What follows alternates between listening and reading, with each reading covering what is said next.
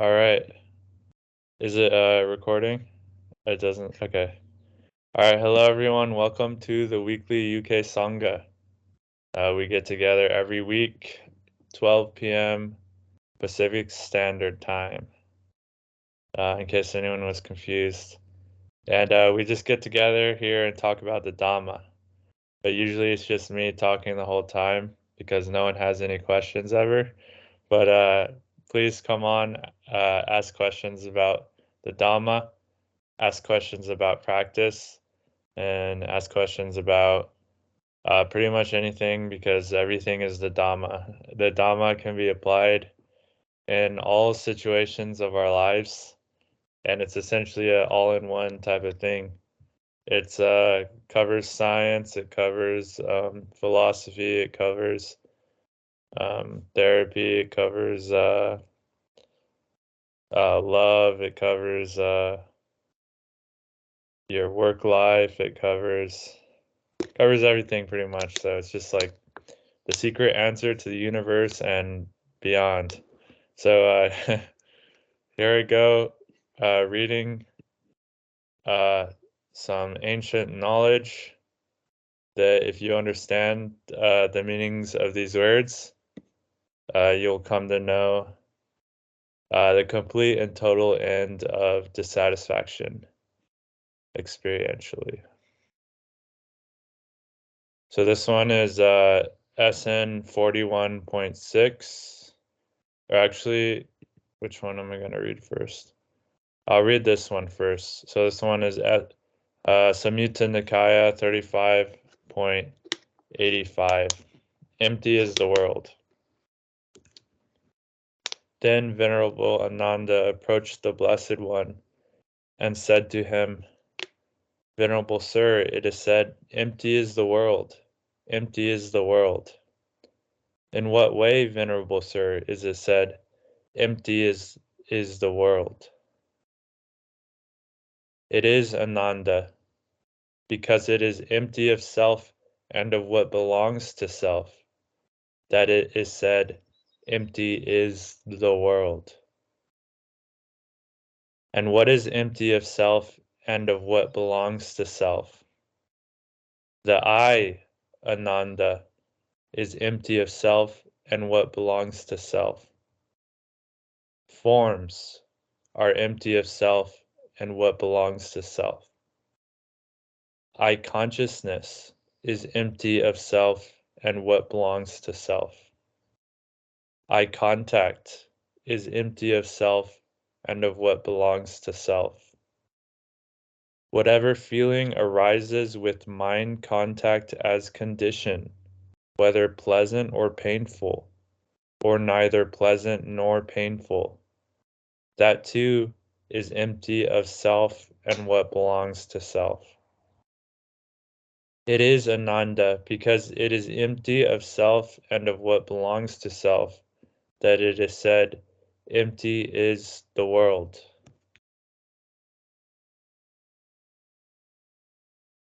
Okay, so I'm just gonna go through that. Unless someone has does anyone have any questions right off the bat? Oh, welcome Anna. Good to see you. Okay, no questions. Then I'm just gonna comb through that one more time and sort of break it down.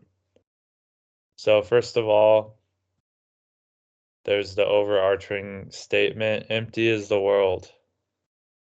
And what is the world? Essentially, that is everything that we experience is the world. So why is the world empty? It's not empty in the sense that it's made of emptiness, like a lot of Dharma practitioners come to believe and understand that, oh, everything is made of emptiness. No, that's not really what emptiness means. Emptiness is not something, it's the absence of something. So what is the world empty of is the question. So that's why when Ananda asked the Buddha, in what way is it said empty is the world? And then the Buddha replies, it is because It is empty of self and what belongs to self. So what does that mean? That means it's essentially not something continuous that can be ascribed as me, or it can be provably me. So if something changes, it inherently can't be you. Because if it was you and it changed, you wouldn't be there anymore to experience the change. Does that make sense? So like we wake up in the morning, we have certain types of thoughts. Later on in the day, when we're about to go to bed, we have a whole different types of thoughts. Can we all agree on that? That our thoughts change throughout the day? That we were not thinking the same thoughts we did when we woke up than we are now, or that we will be when we're going to sleep? So, in what way is any of those thoughts me? In what way is any of those thoughts a self? It can't be, because they're always changing. It's gone. Um, so you may believe that something you're recalling from the past is you, but really what you're doing is making a mental construction right now and believing that there was you that was experiencing that in the past, when that is completely gone. So you're not the same person you were one instance ago, and you're not the same person you will be one instance in the future. So this is no self. Everything is in constant change. All aspects of our experience is in constant change. So that's why it says next,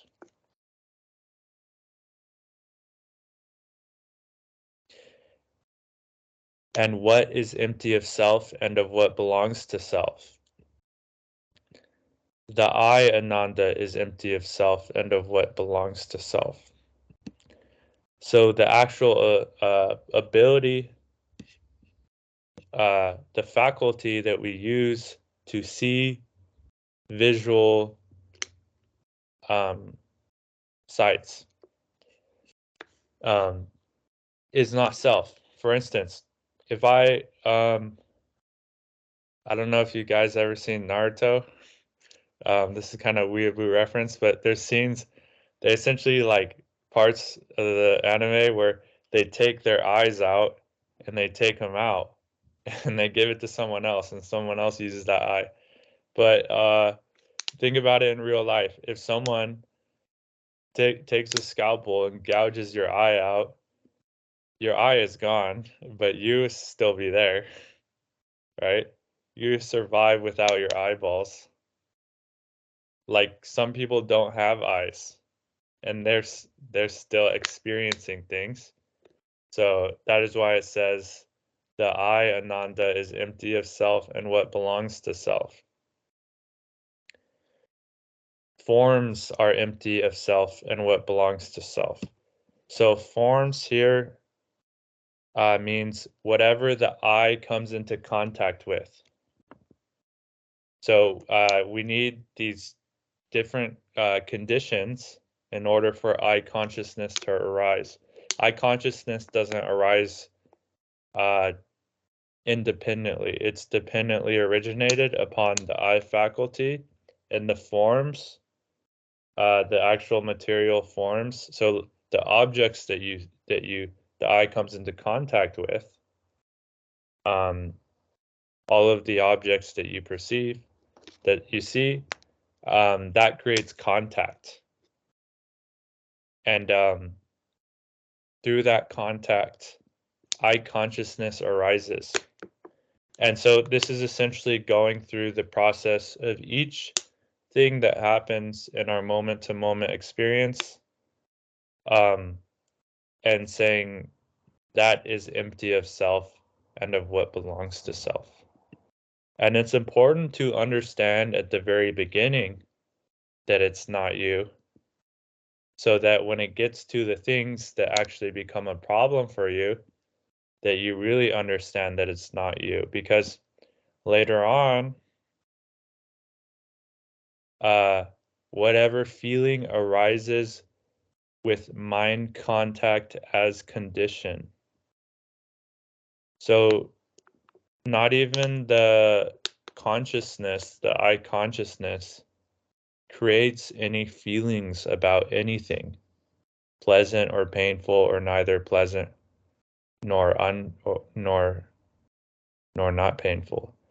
So it is actually the mind coming into contact with the I consciousness, the experience of this of seeing, that creates a certain kind of feeling about it. So the I faculty comes into contact with forms. I consciousness arises. The mind comes into contact with that I consciousness. So the mind perceives, perception arises, what you are actually seeing. And then, as with mind contact as condition, a Vedana arises, and it says whatever feeling arises, whether pleasant or painful, or neither painful nor pleasant, that too is empty of self and of what belongs to self.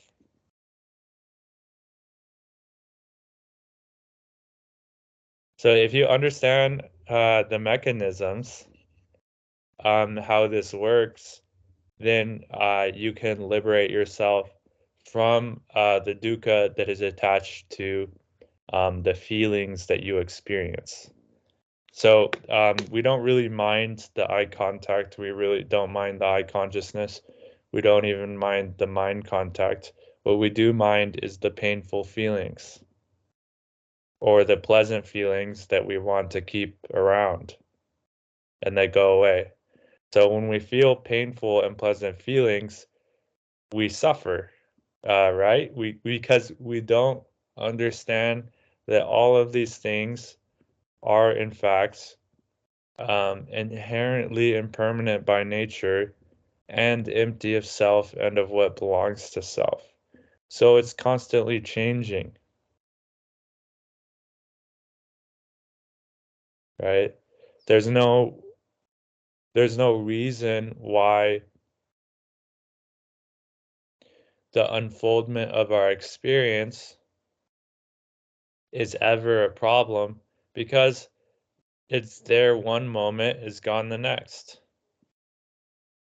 And the only reason that it might be coming back up is because we don't see clearly that this stuff is there one moment and gone the next. We think it's continually there. So we think it's continually me. We see things with ignorance, or we don't see things, actually. Ignorance is the opposite of seeing things. So all of these things happen.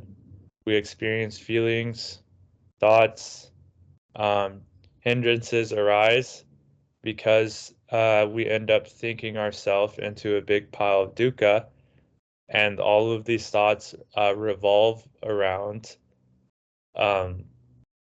this is me, or mine. So this is me, my, or I. Empty of self and what belongs to self. So empty of self, it just means the opposite of empty of self would be this is me. And the opposite of what belongs to self is this is mine. So it's not that we think everything is me, right? Some things we think that is mine. So that's my girlfriend, or that's my car that they scratched. Yeah, Anna, you have a question? No, not a question. I just wanted to share what I understand. Okay, go for it. Like what I understood is like we actually suffer because we grasp to this process, and actually it's just a process. It's not me, or it's not us. It's just a process, and we grasp to it, and then we suffer. Right, exactly. So the that's the next step of what we end up doing when we think it's me, right? So you wouldn't grasp to something if it's not yours or it's not you. Right? That's not my problem. No big deal. That's your dukkha. That's not my dukkha. That's not my dukkha. That's just uh, the universe unfolding spontaneously, moment to moment, like it always does. If it's my dukkha, or it's my painful feeling, or it's my reputation, or it's my status, or it's my body, my stuff, then we grasp for it. We have to protect it. And we jump in front of, we create a target for ourselves, and we jump in front of the arrows, say, "Oh, this is me." And then we get hit by the arrow and it hurts. Uh and it hurts a lot, right? So understanding, uh seeing with wisdom, the actual mechanisms by which our experience arises, and that not only does it arise spontaneously, but it arises and it passes away, dependent in nature and without self. So we can end up sitting back and enjoying the show.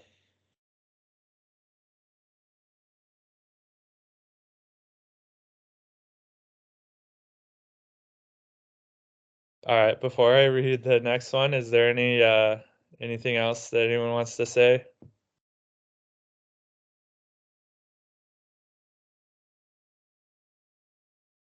All righty.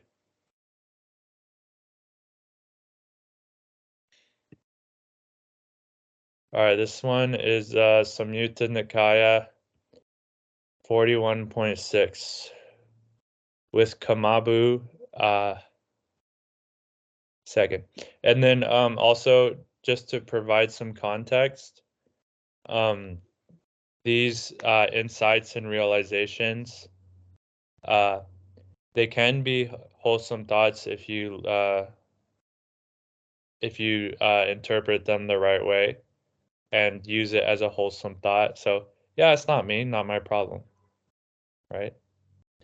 But to meditatively and experience experience the actual process of vision, um, Vedana, mind contact, so the process of your mind, perception, and feeling arising, you have to be out of the hindrances completely. So you have to be already in jhana. And how do we get in jhana? Is one wholesome thought after another, right? So the mind has to be pure. Uh, the mind is purified by wakey, pay attention to what kinds of thoughts we're having moment to moment, and making sure that each thought that we have in this very moment, and the next very moment, and the next very moment is a wholesome thought that feels good, safe, and satisfying, right? So we're in this state of, everything's fine. We have deactivated the fight or flight response, right? So bodily tensions are released. You take some deep breaths. You think wholesome thoughts. You get that instinctual mind calmed down. So the different centers of your brain are activated more, like the clarity centers, the understanding centers, and the seeing centers, and the simple um, internal observation centers of your brain are activated instead of, oh fuck, I gotta get out of here. I'm not safe right now. Right? That's restlessness. So we think the wholesome thoughts. We release bodily tensions. We get the body nice and comfortable. The mind purified. No worries. One happy thought after another. Oh, there's an unwholesome thought. I don't care how unwholesome it is or how important it may seem or logical or reasonable and unwholesome thought, we're getting rid of that thought because for the sake of this practice. This is the direct instructions. So you go one wholesome thought after another wholesome thought after another wholesome thought. You get everything nice and collected and clear and purified. And then we can look not just conceptually at these suttas that I'm reading, but experience it meditatively. So instead of thinking about how mind contact arises and how feeling arises, we see the moment mind comes into contact with our senses, and we see the moment a certain feeling about it happens, either pleasant or painful. And we see it come out of non-existence and then do a funny thing and go back into non-existence. Wow, so there was nothing really there to begin with. That which is subject to and change, that which is subject to change lacks inherent existence. If it appears and it disappears, then inherently it was dependent upon other causes and conditions. So this is the understanding of dependent origination. And the understanding of dependent origination applies to every single aspect of every moment we experience, because every moment we experience is through mind and is mind. So mind is the forerunner. We might believe that there is a world and there is stuff out there that is mine, or I'm in the world and I'm a person in the world, but that is not understanding that all is mind. Mind is the forerunner of all thoughts. Mind is the forerunner of all actions. Mind is the forerunner of all feelings. Mind is the forerunner of the totality of our experience. It is all mentally created. And once we know that it's mentally created, then we can come to understand its dependent nature and its inherent sunyata, so its inherent emptiness. Not that, oh, that's what it's really made of. Everything is really made of emptiness. No, we see its inherent emptiness of being not my problem. So it's inherently empty of problems. I think that's a better way to describe no self. Instead of thinking it's empty of self, think it's empty of problems. Self is just another way for problems. The only problem you really have is about me. It's either my problem or it's not a problem, right? So it's not empty is the world. What is it empty of? Empty of problems and problems that belong to me, right? People think enlightenment is really complicated, but enlightenment just means no worries. That's all it means. Like absolutely no worries. Just not worried about anything, right? This is a very simple stuff. Even jhanas are empty of self and what belongs to self. So even jhanas, this is not my jhanas, it's just happening too. That's just more feelings arising with mind contact as condition, except for instead of unwholesome mind contact, this time it's wholesome mind contact. So we're actually creating wholesome mind contact to create pleasant Vedana to arise as condition, but the conditionality of even the experience of jhana still is empty of self and dependently originated. But from the clarity and the unification of mind, we can come to understand these things, awaken the eye of the Dhamma, awaken true wisdom, so we can find relief from all problems, whether pleasant, painful, or neither pleasant nor painful. Vedana are present there. So whether you're in or in jhana or not, you understand, oh, this is just a cycle. It's not my problem, right? Oh, I feel bad now. What happened? I was in jhana before. What's wrong with my practice? And I lost my jhana and that was mine. And now I'm badly meditating and this is my problem, right? So then you completely miss the whole point of the wisdom part of it.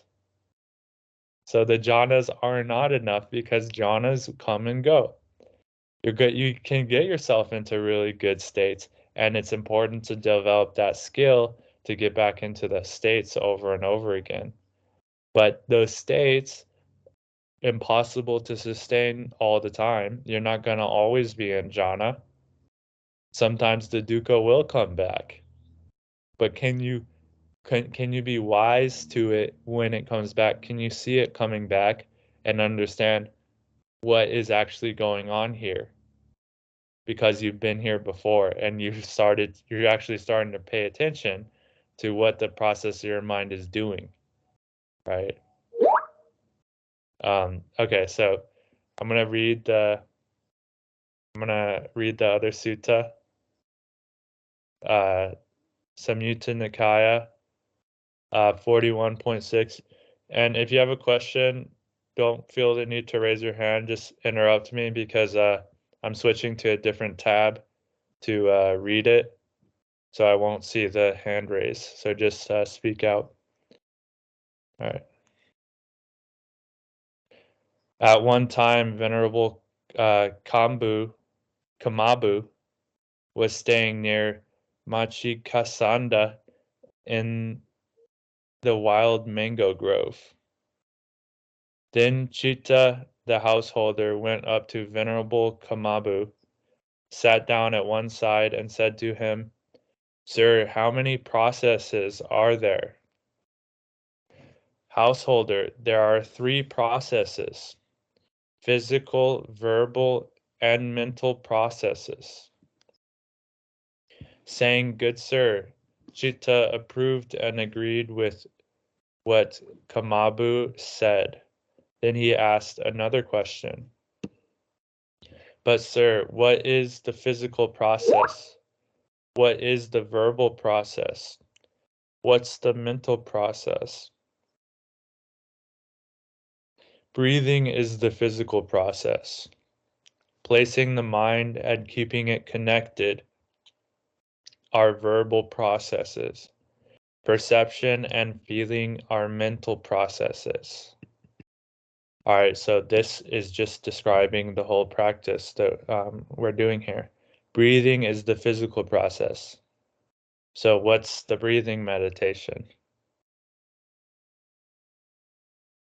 What is it called? Starts with an A. Oh, Anapanasati. Yeah, that's right. That's the whole thing that we've been on and on about. Why do we do Anapanasati? It's the physical process. So it's one of the processes of your actual body. So there's multiple processes that are interacting with each other in our mind and body and feeling mechanisms that happen. And we need to understand each of these processes in order to get them all working together. So the breathing is very important. So the actual way that your physical body is holding on to tensions, or your physical body is releasing fight or flight chemicals. I don't know the exact. I don't know, maybe adrenaline for like anxiety. I'm not a scientist, but there's a certain mechanism that's activated by the instinctual mind that creates fear and tension in the body. So that is a physical process, and that physical process is it's influenced by all of the other processes. And most importantly, probably is the breath. So you get yourself breathing in a way that is conducive to the other processes producing pleasant feelings or releasing tensions. So breathe in a way that calms the mind, collects the mind, relaxes the body, right? So it's a practice. So it's kind of like one breath at a time type of thing. You might notice it more when you're out of breath. So if you're sick and it's hard to get each breath, you're consciously going to be okay, that breath. Okay, this breath. But most of the time we aren't even aware of our breathing at all. So or if you're like, let's say you're lifting weights, you're doing you're doing some kind of full body exercise or walking up a big flight of stairs or something, right?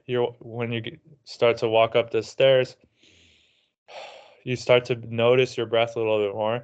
You start to breathe a little deeper, and you're like just breathing and moving the body, right? So you start to get into kind of like a clear-minded state, like instead of your mind going off thinking about this and that, going off creating its own imaginary world that creates all your problems and all your dukkhas. Now you're actually just breathing. So that's a kind of a reality check, a little wake up check. Um, you ever think you're going crazy? You ever think you're does this person like me or doesn't like me? Why is not responding to my text? Or um, did that situation work out right? Or what do they think of me? Or did I say the right thing? So you're imagining all this stuff that is creating suffering when you could just be breathing. You could just be, okay, so simple hack. So that's a self-help hack, They tell it to everyone, but literally that's in the teaching of the Buddha. So the Anapanasati right there. Okay, placing the mind and keeping it connected are verbal processes. Okay, so where have we heard that before? Placing the mind and keeping it connected. DJ? Well, this seems like applying and sustaining wholesome thoughts. Exactly. Fuck yeah, yes. That's it right there. Yeah, so the breathing and the placing the mind and keeping it connected. So applying and sustaining, right? So just because you're doing the breathing doesn't mean that the thoughts magically disappear. You can still be thinking about all kinds of stuff, but now we actually want to get the mind working with the breath as well. So placing the mind and keeping it connected. So a verbal process, that just means what it means by verbal process is not literally like talking, but it means discursive thought. So thought that we think in language, right? So thoughts that we're thinking that are actually sentences, and they're actually like English language. So thoughts that carry meaning to us and meaning that we have been given by society. So all of the language that all of the words that we know, all of the things that we think are things are allocated definitions by the verbal process that were spoken to us. And now that as we grew up and they were spoken to us, we started speaking it to ourselves within our own mind. Yeah, I'm curious, Scott. Is process like a translation of Sankara? Because I remember when I asked Dhammarato about Sankaras, he actually told me about the three kinds of Sankaras. They actually line up to like what you're talking about here with like the verbal processes, the physical processes, and then the mental processes, which are more like I think like sometimes he when he was telling me about the Sankaras, Dhammarato, he was talking about like a heart sankara, which is more the feel like the emotional memory. yeah, that's So the next one. uh, Yeah, so definitely probably is. I don't know the one like I'm just reading I haven't read the one-to-one translation, but Sankara, I believe like it's sometimes translated as formations, right? yeah. And all formations are in fact processes. Mm. So they're not actually solid things. Like nothing, the thing is like everything is a process. So all sankara are process. So it's probably right. You're probably right that process here is a direct translation of sankara, but I haven't read the Pali version of this sutta, so I would Yeah. have to check to be sure, but I wouldn't doubt it. Um, yeah, so formations, so mental formations, um, physical formations, so bodily processes, and perception and feeling. So after placing the mind and keeping it connected, our verbal process, we have perception and feeling, our mental processes. Okay, so perception comes first, and then feeling arises because of perception. So essentially, we have the experience of sight. So we have the raw data of eye contact, ear contact, bodily tangible contact, mind contact, the mind and the mind objects, smells and flavors contact. And all these happen first, and then the mind comes into contact with it, and the process of perception arises. And what the process of perception arises is actually another way to say perception is interpretation. So the cognizing or the understanding of what is this meaningless sensory data actually is. So I see something, I interpret it what it is, right? The baby is still like forming the ability to have perception. Like in the very early stages, probably some very primitive forms of perception are coming up. Like a baby's, oh, that's mom, right? They may not say it verbally, that's mom, but they start to understand that's mom. But at a very, very young age, even that's probably not there. Just it's the just direct sensory data coming from moment to moment. So they're kind of essentially in a non-dual state because they lack the ability to interpret their experience. And but there is probably some a little bit amount that is developed. Even even a newborn baby probably has some perception, but animals have perception, but not as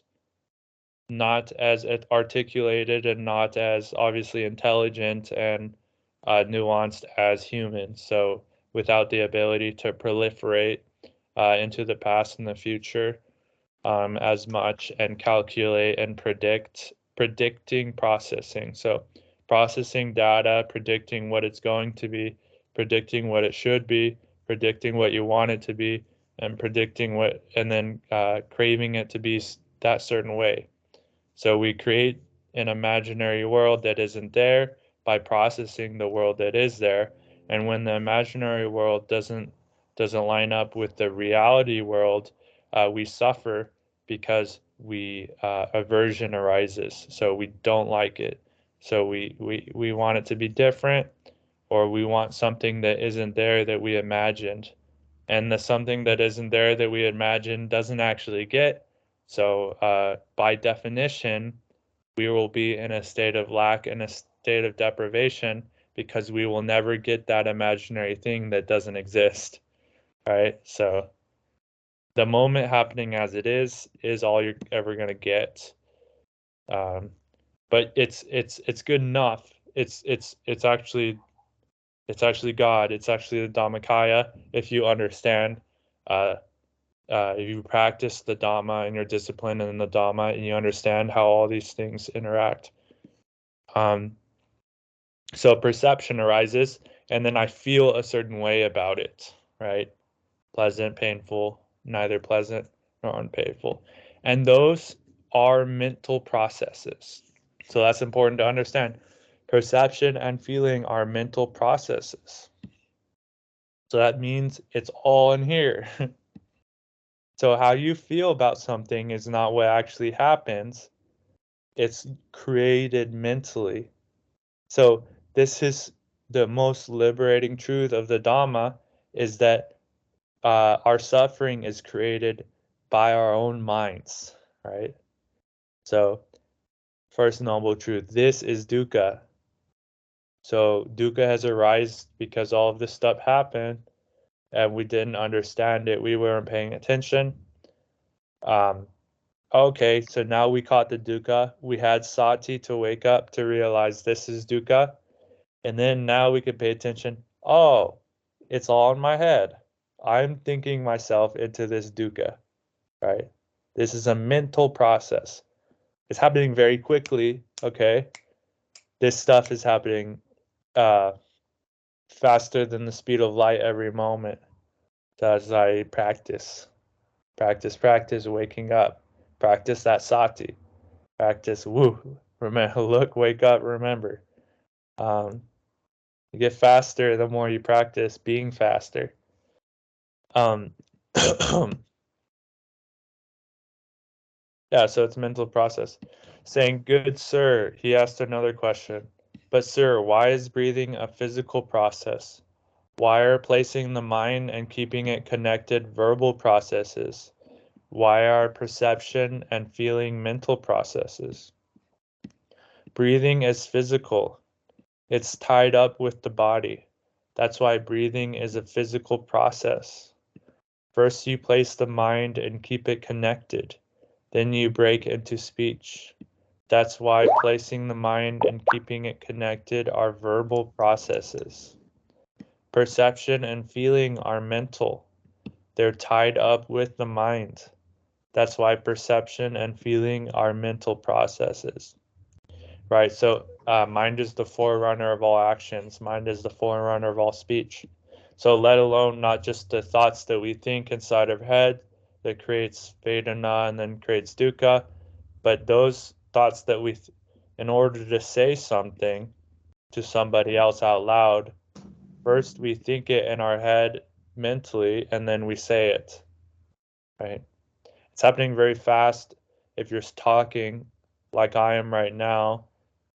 But every time I say something, I'm thinking about that thought this moment as I say each word. So it's a verbal process happening and then dependently originating into speech.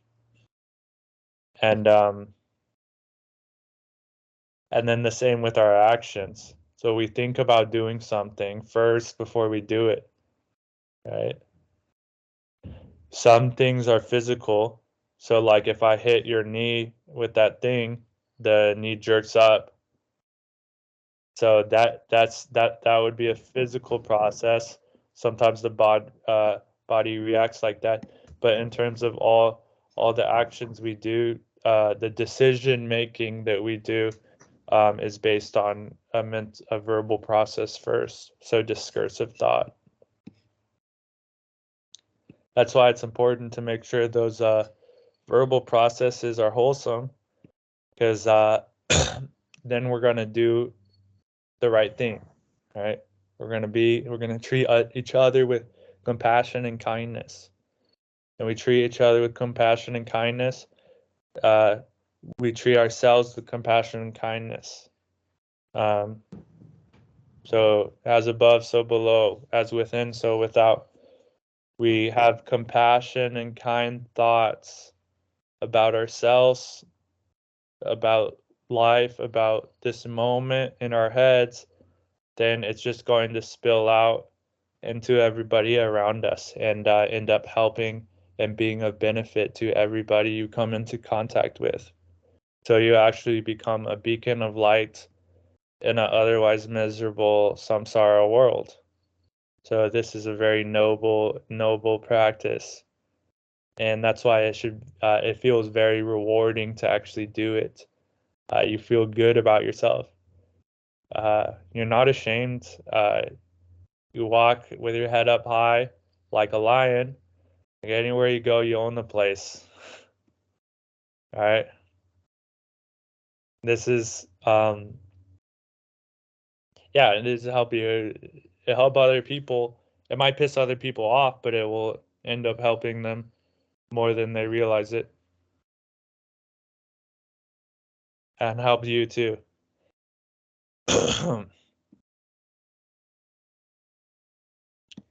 Okay. Saying good, sir, he asked another question. But, sir, how does someone attain the cessation of perception and feeling? Oh, I don't think I finished reading the other paragraph. That's why placing the mind and keeping it connected are verbal processes after you break into speech. Perception and feeling are mental. They're tied up with the mind. That's why perception and feeling are mental processes.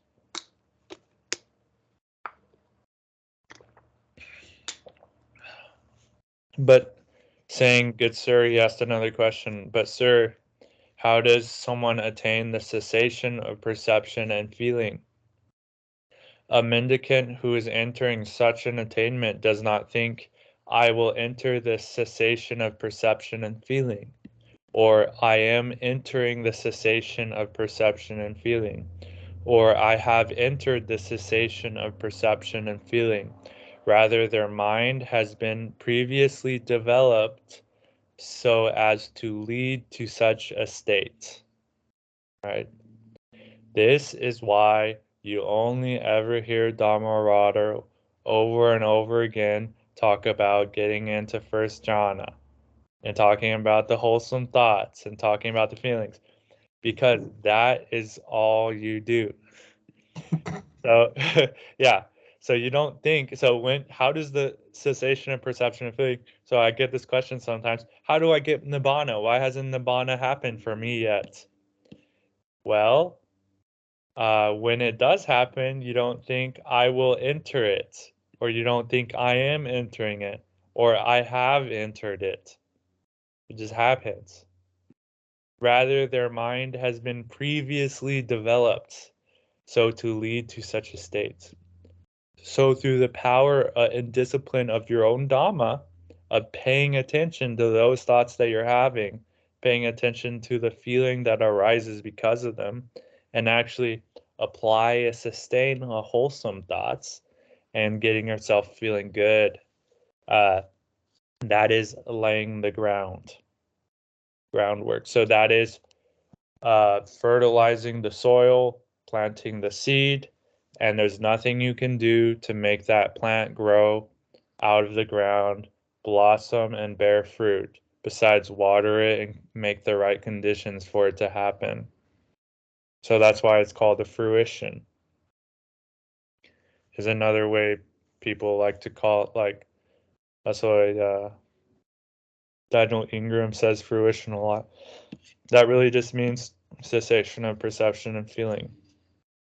And if you notice here, it doesn't even say consciousness. It just says perception and feeling. So perception, the interpretation of the data, the senses, the interpretations and the way we feel about it, that cessations. So some people out there in Western Dharma worlds, they've convinced themselves, they deluded themselves, oh, I have a cessation of absolute zero experience. What is a zero experience, right? How do you know that happened? Like, it's not that, like, there's no experience whatsoever. It's just that there's absolutely no mental interpretation of that experience. There's no self there to interpret it, and there's no way to feel about it. So it's an experience without a person. So it's still there, like you experience it. So it's not coming that, oh, I have to blank out of existence, or it depends on what you mean by I, but it's not like oh, frames were cut out of the movie, right? This is a wrong idea. It's no, my mental process of creating a self, of creating a duality in my experience, of interpreting the data of my experience and all of my feelings about those experiences, anything that is self or belongs to self, passes away, and the profundity of the Dhammakaya is realized. So knowledge and vision of things as they actually are, it says. It doesn't say knowledge and visions of things as nothing existing, right?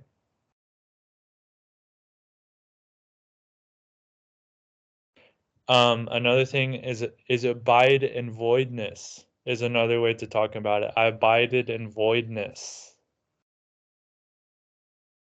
So voidness is voidness is, again, voidness is the same thing as emptiness.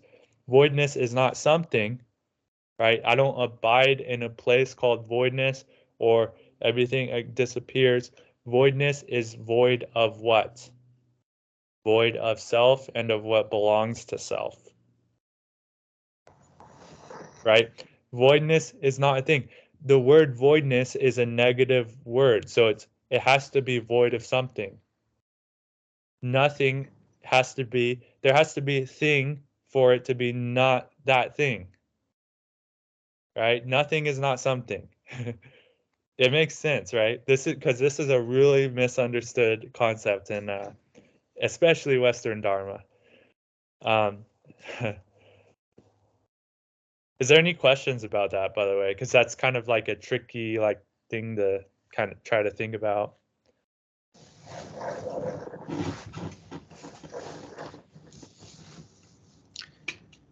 It came to mind, even emptiness is empty. Yeah. Yeah. But it's like emptiness, like saying even emptiness is empty. What is emptiness empty? I don't even like that either, because what would emptiness be empty of? There being some permanent essence of emptiness, right? Right. No, but it's redundant. It's circular. Yeah, it's circular. So emptiness is already saying it's a negative, right? It's already saying, oh, it's empty. So empty of what? You're saying empty of what is empty? That doesn't. It doesn't make sense. So yeah. I suppose the idea is is reifying emptiness as a concept in of itself, which has some permanent ground in it. So if you bring up emptiness, right, as a concept or an idea, it comes up as a concept, right? and to see the like empty nature of that as well, of being like, you know, they're Yeah, but it's so like yeah, yeah, perfect. Like yeah, good, let's run with that. So emptiness comes up as a concept, right? yeah, So that's not emptiness. What is that? That is verbal process. yeah, Verbal process is something, and a verbal process is empty of self and of what belongs to self. So when people say emptiness is empty, like it's some kind of profound thing, they're really not fucking getting it at all. yeah, So you know, I mean, maybe someone who does get it has said that before, but it's not a good pointer. It's better to go technically through it. So through each thing that is comprising our experience and then seeing what it is empty of, rather than saying there is emptiness and then, oh, you got to go meta. Emptiness is empty. You're just going in a thought spiral in your head, right? uh-huh. Um, but yeah, don't get me wrong, I've done this before. So like I'm telling you the way that doesn't work, and then this is the way that does work. So Yeah, uh, no, it makes sense. Like, you know, it's there's essentially it's like needing something to be empty of, right? It's like this has, in a way, yeah, it's like pointing something out here. Yeah. yeah, it But has to be. Yeah, that's to nail that point home. It has to be empty of something. mhm. Empty by itself is not a. It's not Yeah, empty by itself doesn't make sense because it implies empty of something. yeah. Um, Well, because like emptiness is not a thing. It's like pointing to the lack of that permanent separate self, right? yeah, it's emptiness is is the by definition the lack of something else Mhm. being there. Um, that's why there's a certain sutta where it goes into the forest and it says, in this forest is void of city, or it's void of people, and all that there is singleness dependent upon forest, and the mind understands uh, that this is present, this forest is present, but you understand this forest is empty of people, empty of city, right? And then you can go into jhana and go into different meditative progression and experience that the forest is not there either. So the forest is a mental process perception. So this boundless consciousness or whatever is empty of forest. And then you understand that that boundless consciousness is empty of self and what belongs to self. You can have a fruition. So it's a progression of realizing what's not there rather than what is there, and realizing, not being in denial of what is there, just saying there's the singleness of mind dependent upon what is there. That's why the Bahia Sutta says, in the seeing, only the seeing, in the thoughts, only the thoughts, in the felt, only the felt. You understand that this is presence, but you understand that is empty of all that is not present. In other words, everything that you imagine, right? You understand that this is a thought. Understand this is a feeling. This is a perception. Yep. This moment. Is someone leaving? Oh yeah, Martin's heading out. Okay. Bye, Martin. It's good to have you. Thanks for coming. Bye bye. Thank you. Bye bye. And yeah, so it's very simple, straightforward stuff. I'm almost to the end of this little sutta. Yeah, I think I'm just gonna read the whole thing, and then if we have questions or not, we'll finish it up because we've been going here. yeah, I'm go for starting it. to lose all the. All right, all right, all right. Rather, their mind has previously developed so as to lead to such a state. Saying, "Good sir," he asked another question. "But sir, what Which cease first for a mendicant who is entering the cessation of perception and feeling, physical, verbal, or mental processes? Verbal processes cease first, then physical, then mental. What does this mean? First verbal, then physical, then mental. We know this from somewhere else. Okay, so this is the process of jhana. So what happens when we go from first jhana to second jhana? What goes away? Oh yeah, the applied and sustained thought, right? Right, so that's the first to pass, is the verbal.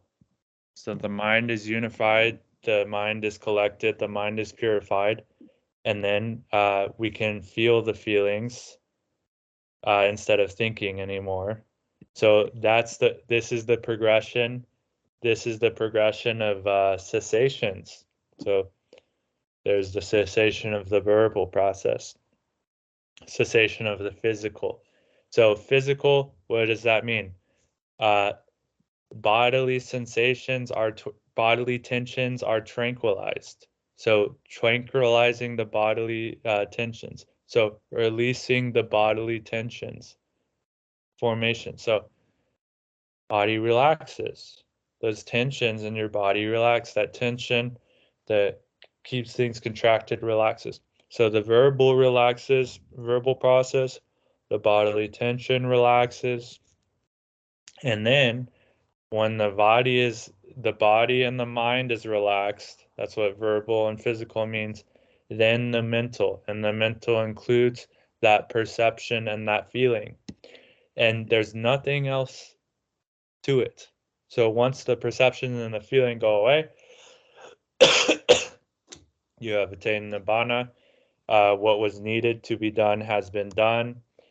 There's nothing beyond it. So that's what there is no more coming into any state of being. That means, oh, there's nothing more to it than this. Like this is it. I got the Dhamma. Like I got the practice. This is the end of dukkha.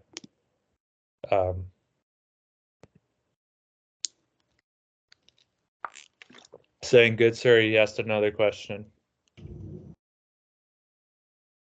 What's the difference between someone who has passed away and a mendicant who has attained the cessation of perception and feeling? When someone dies, their physical, verbal, and mental processes have ceased and stilled, their vitality is spent, their warmth is dissipated, and their faculties have disintegrated.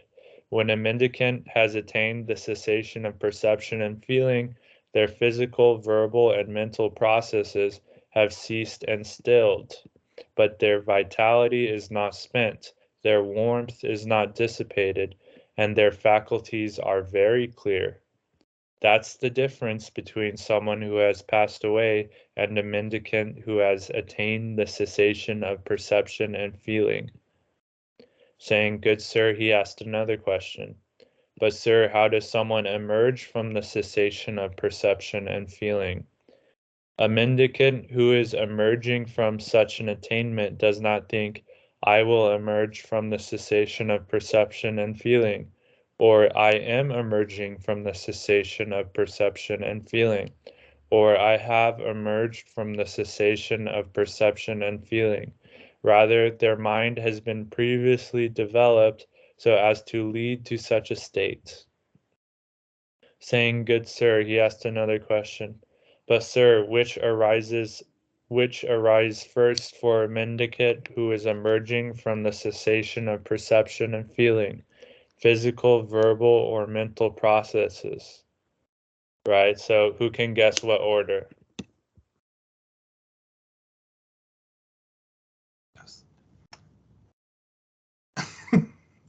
I'm oh yeah. So I'm guessing like this is like coming back, right? So it would be right the mental, right? Then the physical, then the verbal. The reverse. Yeah. Exactly. Yeah. Perfect. Yeah, so exactly the reverse. So the way that it goes away is the mental.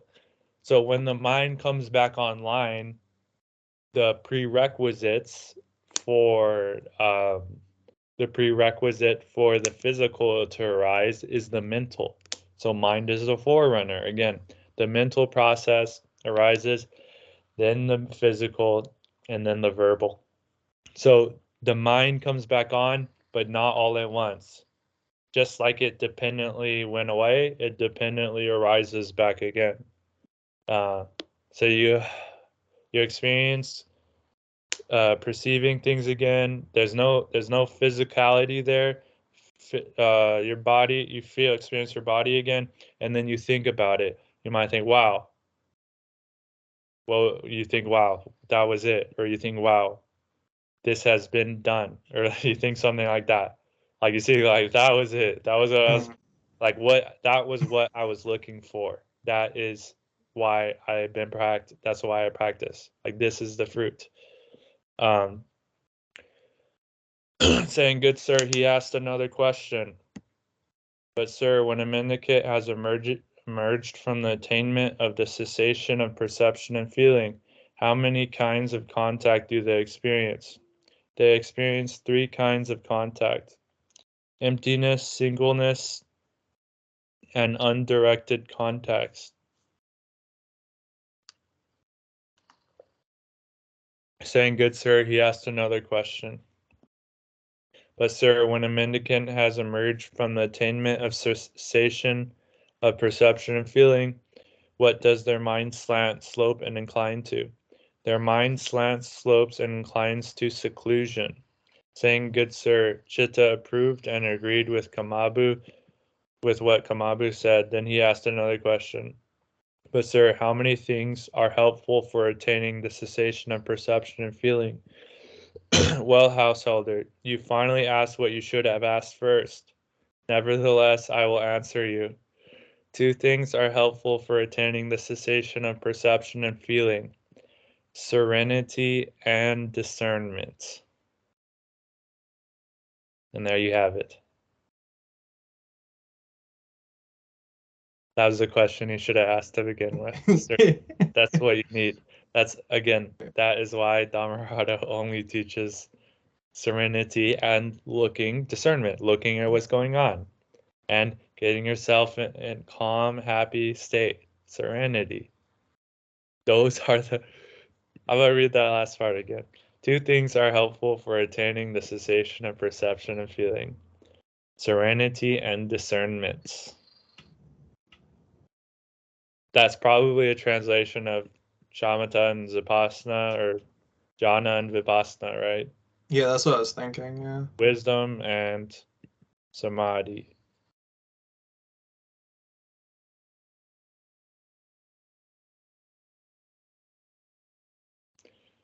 All right. Are there any questions, comments? Happy thoughts, wholesome thoughts. Happy thoughts, wholesome thoughts.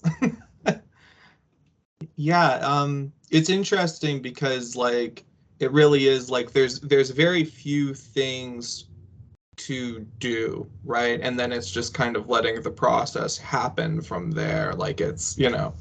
Mm-hmm. Yeah, I mean that's why practice is easy. It's light, right? No deep dive necessary. The thing to do is very simple, very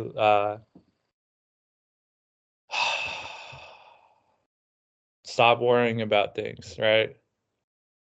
Get yourself into a state of mind that you know you can enjoy. We've all been in enjoyable states of mind, right? We know how to get back there. Sometimes we just don't want to go back there because we're too interested in having this pity party that we're going on right now. And then it becomes overwhelming, and then it becomes a lot of work to get out of that dukkha, because then we have to really start to comb through all the shit that we've created, and then lighten up again and get ourselves, oh yeah, things aren't so bad after all. I remember that it actually is all right, right? So we come full circle. Dhammarato, I was talking to Dhammarato, and he's talking about it's like a clock. So if you're up and you're in a good state of mind, you're in a wholesome state of mind, and the clock ticks couple unwholesome thoughts down, it's easy to take it right back up. But if it takes all the way down to the bottom, then the only way back up is to go all the way through all that bullshit again to get to the top. So you go through that dark night of the soul, right? You have to, okay, back to feeling all the bad sensations, one breath at a time.